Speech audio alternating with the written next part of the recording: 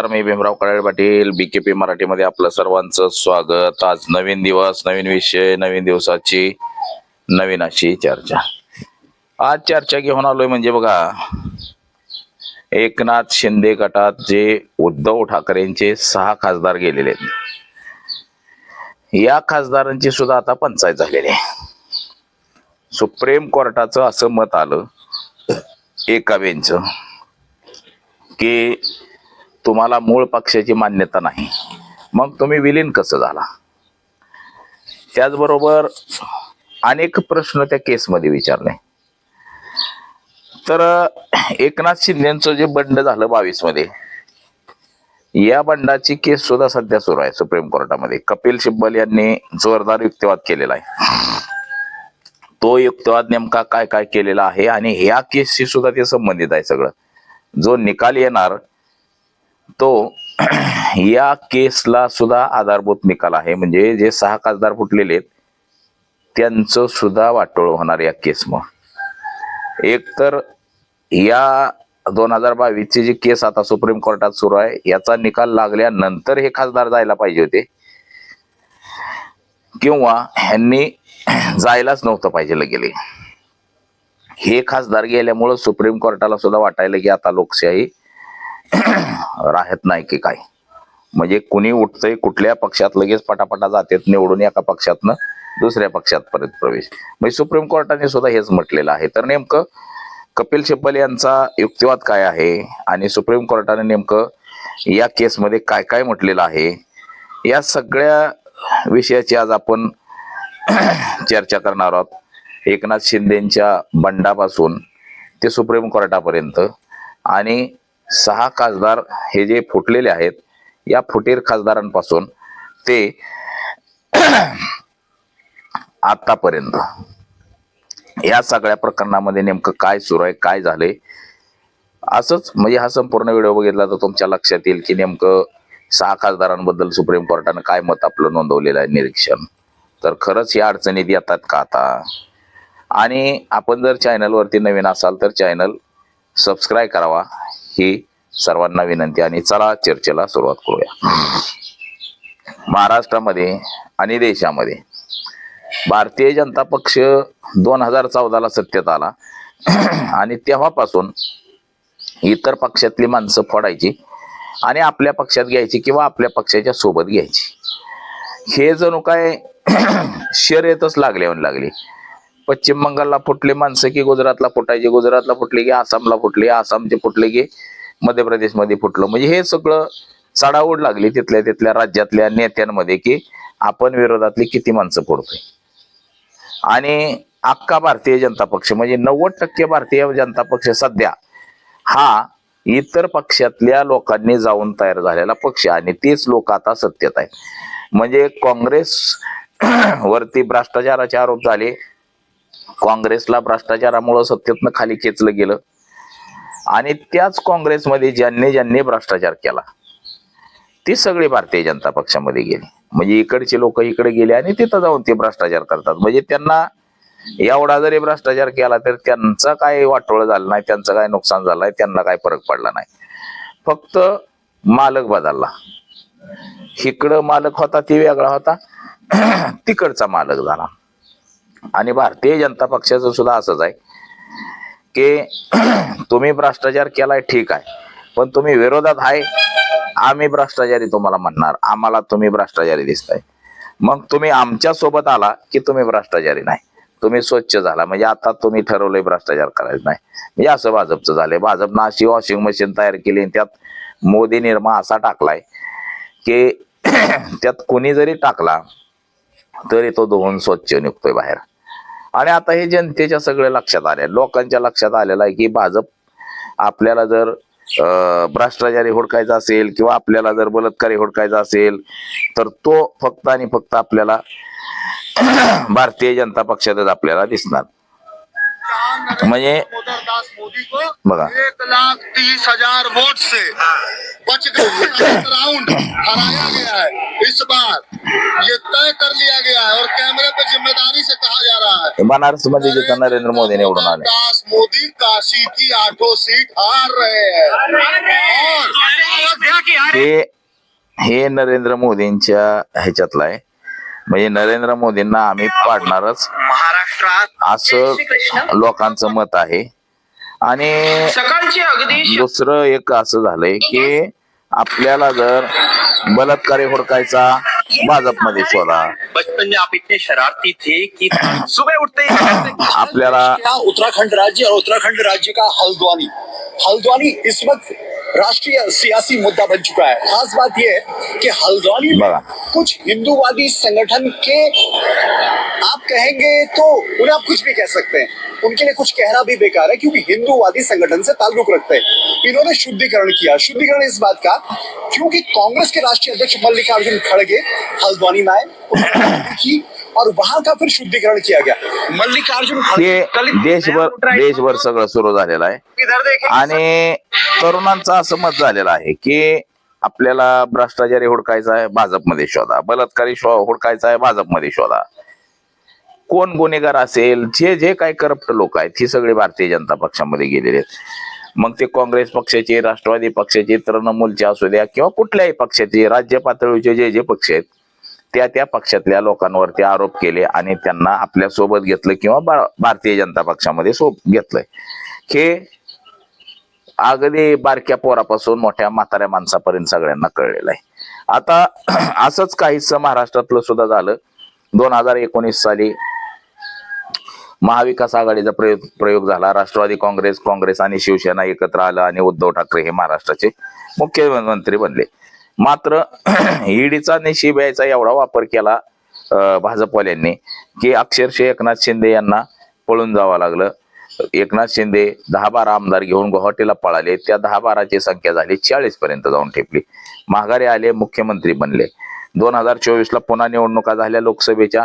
ठाकरे गटाचे 9 खासदार निवडून आले आणि नंतर विधानसभा झाली.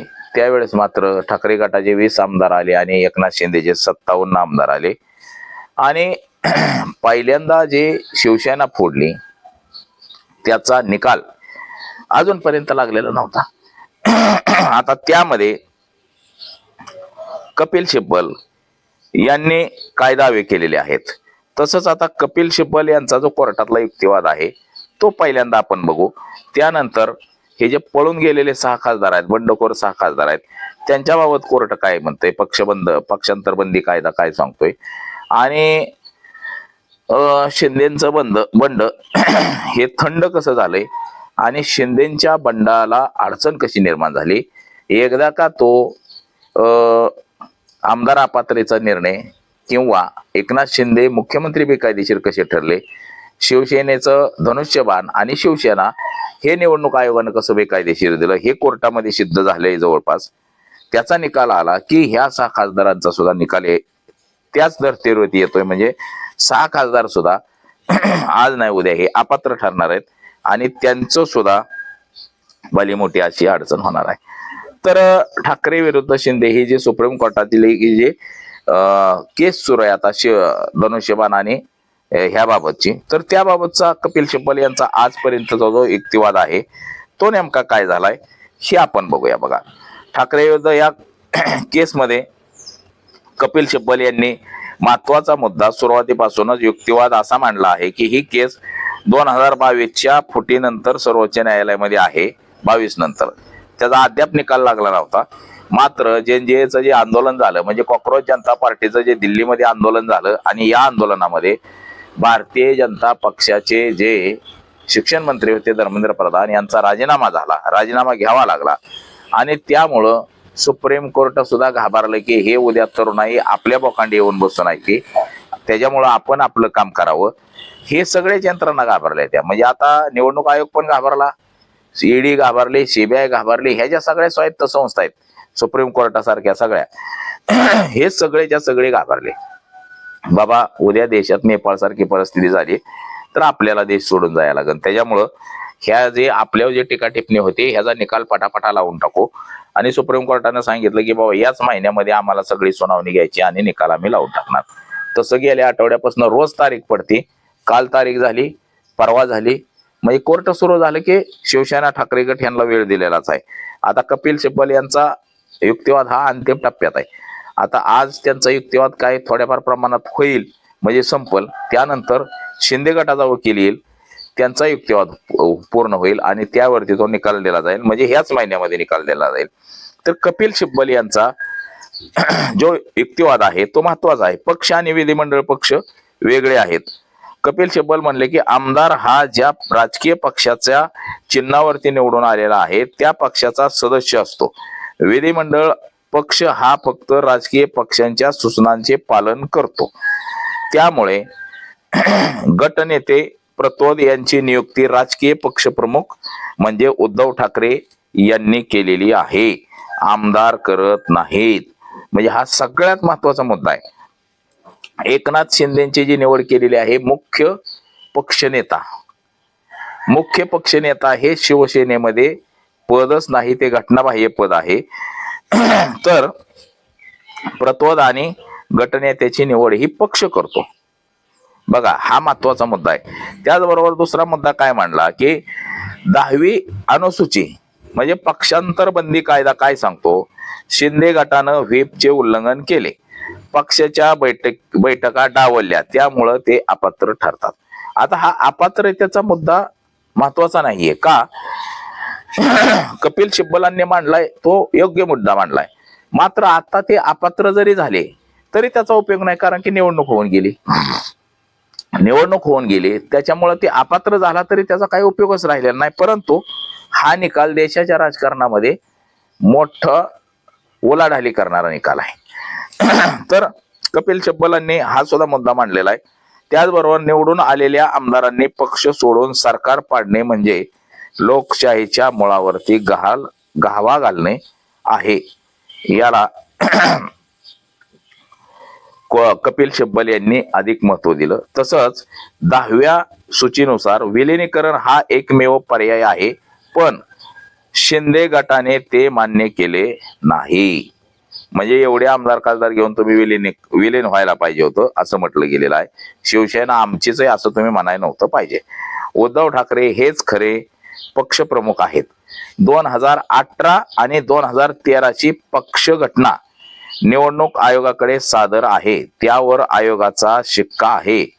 बघा 2018 साली आणि 13 साली म्हणजे 2013ला बाळासाहेब ठाकरे यांचा मृत्यू झाल्यानंतर शिवसेना प्रमुख हे पद बाळासाहेब ठाकरेंकडे होतं. मात्र शिवसेना प्रमुख हे उद्धव ठाकरे न होता त्यांनी पक्ष प्रमुख हे पद निर्माण केलं आणि त्याच्यावरती सगळ्या सदस्यांच्या सह्या घेतल्या. ते निवडणूक आयोगाला पत्र दिलं, निवडणूक आयोगाने मान्य केलं, निवडणूक आयोगाने तो शिक्का मारून त्यांना दिलं की पक्षप्रमुख पद तयार केलं आणि उद्धव ठाकरे हे पक्षप्रमुख झाले. त्यानंतर 2013 5 वर्षांनी सुद्धा पुन्हा निवडणूक झाली, पुन्हा उद्धव ठाकरे हे पक्षप्रमुख झाले. मात्र 25 नोव्हेंबर 2019ला उद्धव ठाकरे मुख्यमंत्री नव्हते, फक्त पक्षाध्यक्ष होते. पण राष्ट्रीय कार्यकारिणीने पक्षाचे सर्व अधिकार त्यांना दिलेले होते. त्यांची जी राष्ट्रीय कार्यकारिणी होती त्या 19च्या नंतर म्हणजे शेवटी मला वाटतं उद्धव ठाकरे मुख्यमंत्री झालेले आहेत, अगोदर नव्हते. आता एकनाथ शिंदे यांची पक्षनेतेपदी नियुक्ती पण उद्धव ठाकरेंनीच केलेली होती. 2018 मध्ये ते 4थ्या क्रमांकाचे नेते होते. म्हणजे उद्धव ठाकरेंनीच त्यांची पक्षनेतेपदी नियुक्ती केलेली होती. आता 2014 ते 2022 पर्यंत उद्धव ठाकरेंच्या नेतृत्वाखाली शिवसेना निवडणुका लढल्या आणि सत्तेत होती. बघा 4था मुद्दा काय म्हणतायत, राज्यपाल आणि अध्यक्षांच्या निर्णयावरती आक्षेप घेतला गेलेला आहे. राज्यपालांनी शिंदे फडणवीसांना शपथ देताना घटनात्मक नैतिकता पाळली नाही, हे सुद्धा कपिल सिब्बल म्हणतात. त्याचबरोबर विधानसभा अध्यक्ष राहुल नार्वेकर यांनी अपात्रता याचिका फेटाळण्याचा निर्णय सुद्धा बेकायदेशीर आणि पक्षपातीपणाचा घेतला आहे असं सुद्धा म्हटलं गेलेलं आहे. म्हणजे नार्वेकरांकडे ज्या वेळेस सुरेश प्रभू यांनी व्हीप बजावला आणि नार्वेकरांकडे ते प्रकरण गेलं एकनाथ शिंदेचे 16 आमदार अपात्र करण्याचा, तर त्यावेळेस नार्वेकरांनी ते फेटाळलं. पुन्हा एकनाथ शिंदेच्या पक्षांनी भरत गोगावलेंना प्रतोद नेमलं आणि त्यांनी उद्धव ठाकरे गटाचे अपात्र ठरवायला पत्र दिलं. हे सगळं फेटाळलं असं सुद्धा म्हटलं गेलेलं आहे. आणि पक्षपातीपणाची राहुल नार्वेकर यांनी कारवाई केली असं सुद्धा म्हटलं आहे. अध्यक्षांनी पक्षाची 2018ची सुधारित घटना नाकारली. बघा या नार्वेकरांनी फक्त निवडणूक आयोगाकडे नसल्याचे कारण दिले, पण ती कागदपत्रे आधारित आयोगाला दिली होती तेव्हा. आता बघा हे शिवसेना कोणाची, ते ज्या वेळेस वाद पेटला होता त्यावेळेस 25 लाख लोकांच्या सह्यांचं पत्र निवडणूक आयोगाला दिलं होतं शपथपत्र तयार करून. एकनाथ शिंदेकडनं काहीच गेलेलं नव्हतं, 10,000 का काहीतरी गेले होते फक्त. तरी सुद्धा निवडणूक आयोगानं तो चुकीचा निर्णय दिलेला होता. आता त्या पत्राचा सुद्धा संदर्भ हा कपिल सिब्बल यांनी मांडलेला आहे तिथं सुप्रीम कोर्टामध्ये. आता सिब्बल यांचा युक्तिवाद बघा, म्हणजे निवडणूक आयोगाचा कसा चुकीचा निर्णय आहे तो सुद्धा त्यांनी सांगितलेला आहे. आयोगानं फक्त आमदारांची संख्या बघून शिंदे गटाला खरी शिवसेना मानलं, पण संघटनात्मक रचना 2018ची घटना, पदाधिकाऱ्याची यादी जी दिलेली होती यादी, याकडे दुर्लक्ष केलं. आता 6वा मुद्दा महत्वाचा काय आहे की भावनिक मुद्दा. युक्तिवादाच्या शेवटी सिब्बल म्हणाले की मी ही केस जिंकेन किंवा हरेन त्यासाठी इथे नाही, मी इथे आहे कारण 1950 पासून आपण जपलेली घटनात्मक नैतिकता देशात टिकून राहावी असं सुद्धा म्हटलेलं आहे. त्यांनी जवळपास 31 मुद्दे आतापर्यंत मांडलेले आहेत कपिल सिब्बल यांनी कोर्टामध्ये. इतर मुद्दे सुद्धा जे मांडलेले आहेत, व्हीपचा अधिकार, व्हीपचा निर्णय फक्त पक्ष घेऊ शकतो. 21 जूनची बैठक विधिमंडळ पक्षाची होती, राजकीय पक्षाची नव्हती. आता चिन्हाचा मुद्दा, शिवसेनेतून बाहेर पडले असतील तर पक्षाचे सदस्यत्व सोडले पाहिजे. बघा असं सुद्धा म्हटलं गेलेलं आहे. आणि दुसरं, शिंदे गटाने विधिमंडळ पक्षाच्या लेटरचा गैरवापर केला असे प्रतोद सुनील प्रभू यांनी सुद्धा पत्रामध्ये लिहिलेलं आहे. आता केसची सध्याची स्थिती काय आहे बघा. सिब्बल अजून हे ठाकरे गटाकडून युक्तिवाद करत आहेत, म्हणजे अजून शेवटचा युक्तिवाद राहिलेला आहे. 2024-2025 मध्ये SLP नंबर 1664 1662 2024 सुरेश प्रभू विरुद्ध एकनाथ शिंदे त्यांनी पुन्हा युक्तिवाद केला.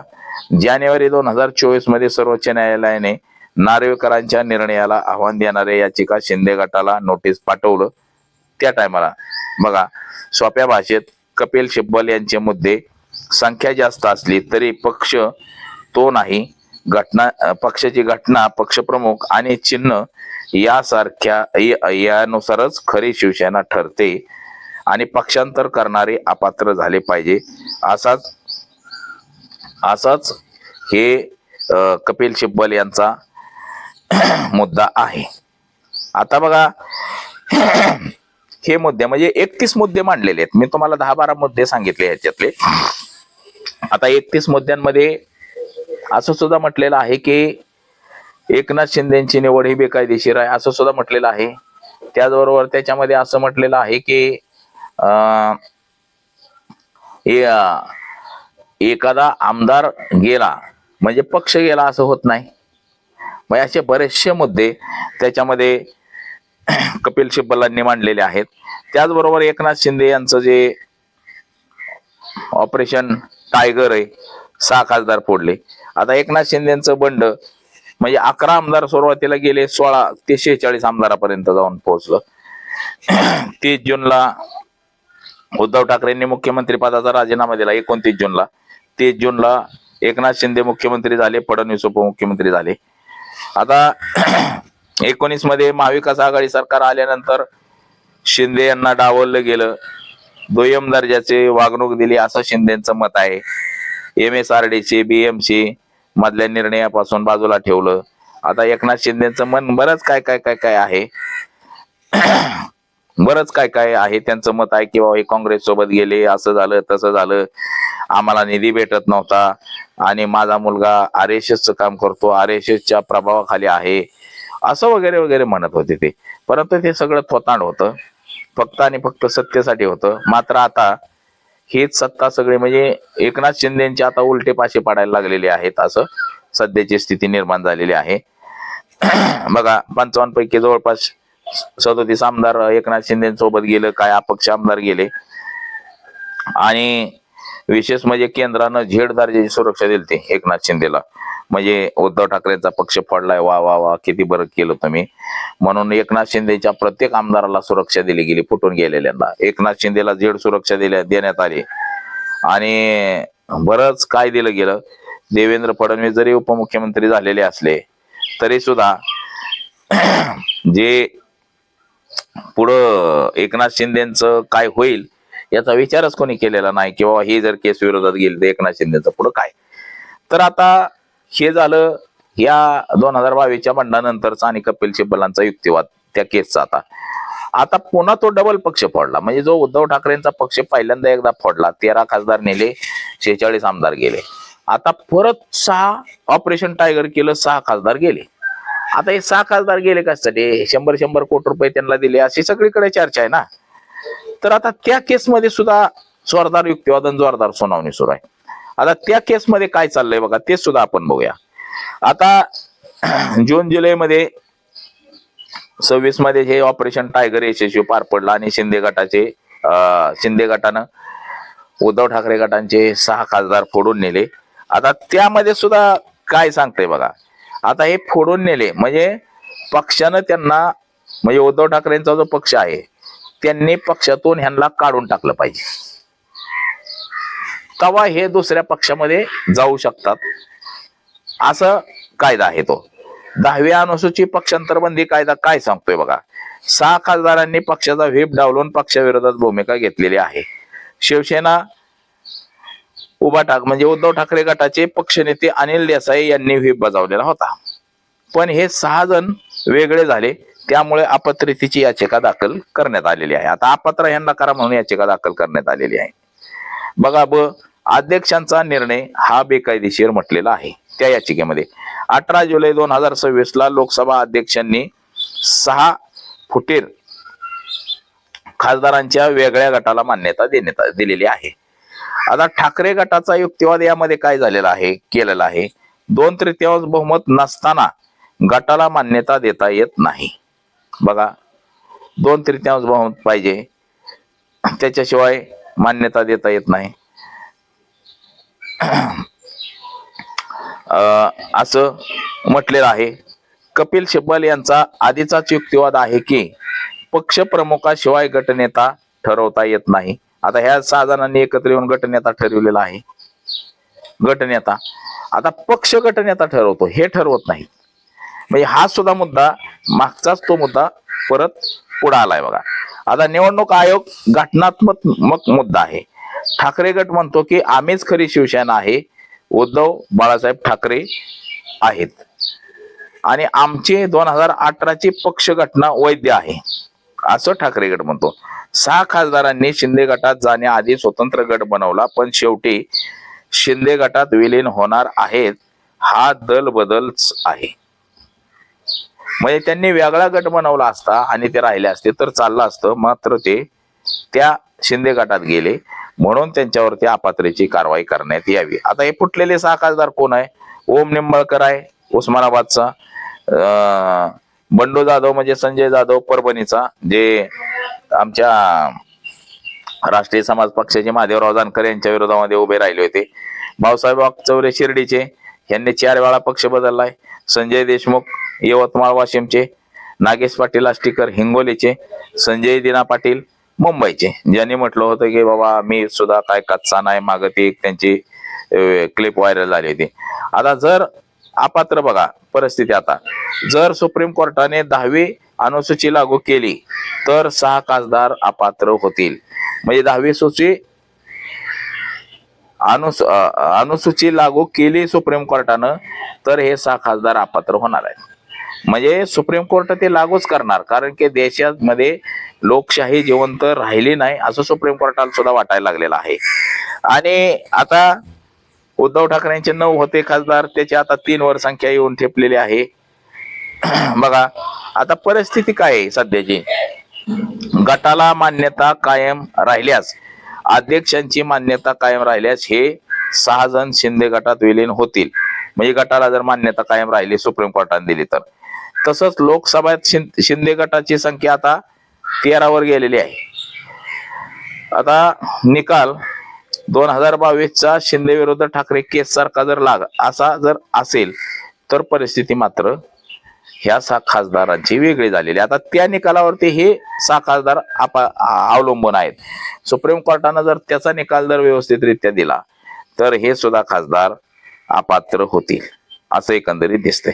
आता बघा 2 खासदार म्हणजे बघा त्याच्यामध्ये मुद्दे 2022च्या केसमध्ये सुप्रीम कोर्टानं म्हटलं आहे की अपात्रतेचा निर्णय निवडणुकांआधी झाला पाहिजे. 2026 मध्ये महाराष्ट्र विधानसभा स्थानिक स्वराज्य संस्था 24 मध्ये झाले त्यावेळेसच कोर्टाने सांगितलं होतं निकाल द्यायचा आहे, परंतु दिलेला नव्हता. आता 6 जणांचा स्वतंत्र गट मान्य झाला आहे. हे कोणी केलाय? लोकसभा अध्यक्षांनी केलाय गटात.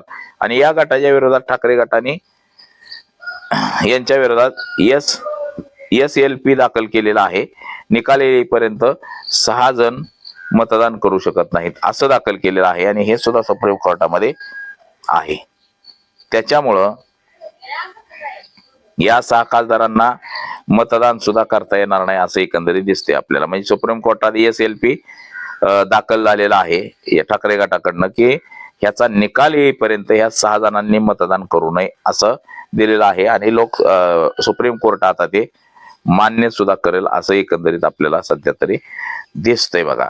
आता अनिल देसाई यांनी हे सगळं प्रकरण दाखल केलेलं आहे आणि